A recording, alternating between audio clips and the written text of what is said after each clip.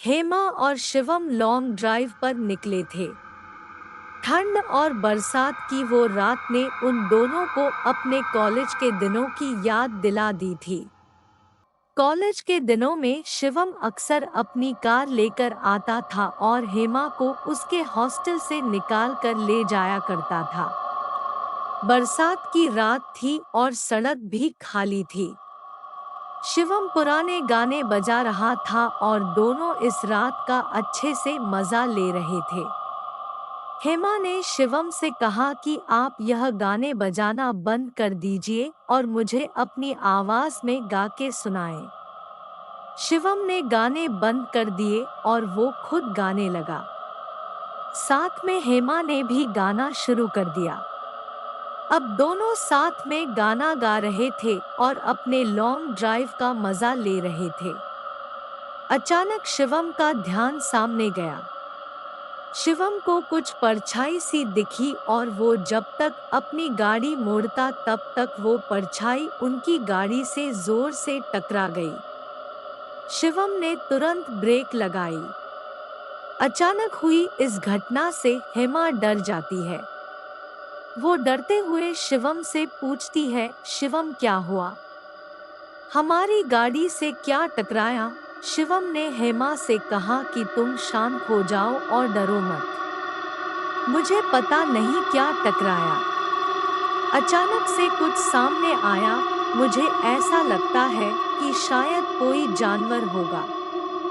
रास्ता पार करने के चक्कर में हमसे टकरा गया होगा। तुम यही बैठो, मैं देख कर आता हूँ। शिवम गाड़ी से बाहर निकला। जैसे ही उसने गाड़ी के आगे पहुंचकर देखा वैसे ही उसके होश उड़ गए और वो बहुत बुरी तरह से कांपने लगा। शिवम थोड़ा नीचे झुका और फिर से खड़ा हो जाता है। शिवम की शक्ल पर खौफ दिखाई दे रहा था।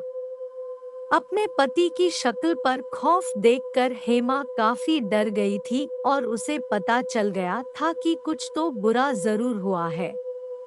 काफी समय तक दोनों के बीच में खामोशी रही। उस वक्त रास्ते पर बरसात की आवाज के सिवा और कोई आवाज नहीं आ रही थी।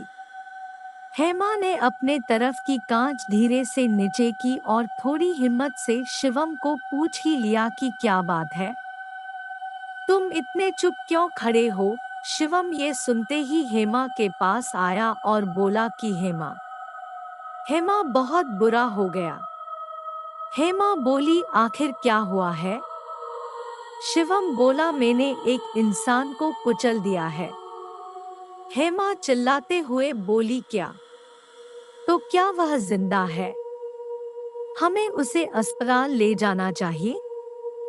शिवम बोला, अफसोस गाड़ी की टक्कर से वो मर गया। मैंने उसकी नब्ज देखी, वह बंद पड़ गई है। उसे अस्पताल ले जाने का कोई फायदा नहीं है। हेमा चिंता भरे आवाज में बोली, तो अब हम क्या करेंगे शिवम? पुलिस को फोन करें? उन्हें सब बता दे। शिवम ने हेमा से कहा कि अगर हमने ये बात पुलिस को बता दी कि वो हमारे सामने अचानक आ गया था और उसकी मौत हो गई तो पुलिस आसानी ने नहीं मानेगी। मुझे नहीं लगता कि ये बात पुलिस को बताने से आसानी से निपटेगी। पुलिस इस केस को सीधा ड्राइविंग में लापरवाही बताएगी और अगर इसके परिवार वाले हुए तो वो भी हमसे पैसे निकालने की पूरी कोशिश करेंगे। बरसों कोर्ट के चक्कर लगेंगे और पैसे जाएंगे वो अलग। मेरे एक दोस्त से साथ भी ऐसा ही हुआ था। हेमा ने पूछा, तो अब हम क्या करेंगे? शिवम ने कहा कि हमें जल्द से जल्द इस लाश को ठिकाने लगाना होगा। हेमा ने शिवम से कहा कि अगर पुलिस हमें इसे ठिकाने लगाते हुए देख लेगी तो हम बहुत बुरी तरह फंस जाएंगे। शिवम ने हेमा से कहा, तो फिर अब क्या करें? इसकी लाश को यही छोड़ देते हैं। अगर पुलिस को कोई सुराग मिल गया हमारे खिलाफ तो क्या करेंगे? रुको, मुझे एक आइडिया आया है। हेमा ने कहा, जल्दी बताओ, तुम्हें क्या आइडिया आया है? शिवम ने कहा कि बारिश हो रही है, इसलिए इस गाड़ी के टायर के निशान गायब हो जाएंगे। इस व्यक्ति के खून के निशान भी गायब हो जाएंगे और कोई सुराग भी नहीं मिलेगा। हम ऐसा करते हैं कि इस लाश को कहीं दूर ले जाकर डाल देंगे। जब पुलिस को इसकी लाश मिलेगी तब वह हमें किसी भी तरह नहीं पकड़ पाएंगे क्योंकि कोई सुराग ही नहीं बचा होगा। हेमा ने कहा, अच्छा ठीक है, अब चलो जल्दी हम मिलकर इस लाश को डिक्की में रख देते हैं। दोनों ने मिलकर लाश को डिक्की में रख दिया। शिवम ने गाड़ी चलाना शुरू कर दिया और वो बड़ी तेजी से गाड़ी चला रहा था। हेमा ने रास्ते में शिवम से पूछा कि तुम इस लाश को कहाँ छुआने वाले हो? शिवम ने कहा, यहाँ पास में ही एक खाली मैदान है।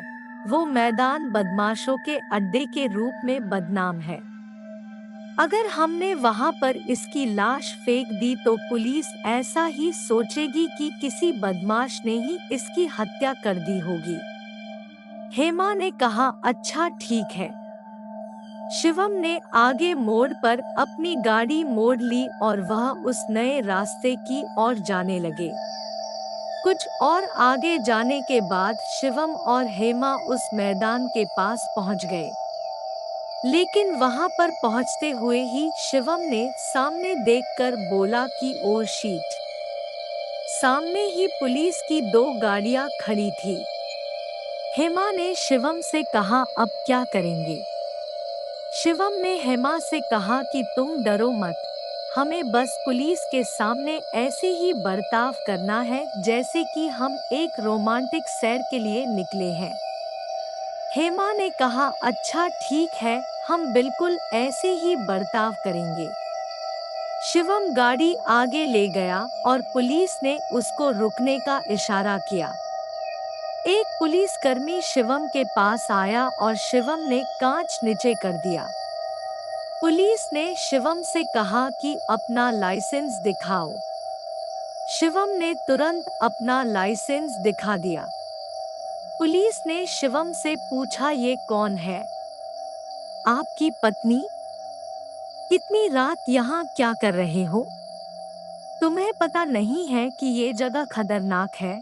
अपने डर को हंसी के जरिए छुपाते हुए शिवम ने पुलिस से कहा कि जी ये मेरी पत्नी है, यह है इनका आईडी, हम दोनों लॉन्ग ड्राइव के लिए निकले थे। मुझे लगता है कि मैंने गलत टर्न ले लिया। पुलिसकर्मी ने कहा, अच्छा ठीक है, पर यह दोबारा मत आना। चलो अब तुम्हारी डिक्की खोलकर बताओ। शिवम ने चौंकते हुए कहा, सर डिक्की? पर क्यों? पुलिस वाले ने कड़क आवाज में कहा कि हमें जानकारी मिली है कि कुछ तस्कर यहीं से अपना माल ले जाने वाले हैं। हमें जांच तो करनी पड़ेगी।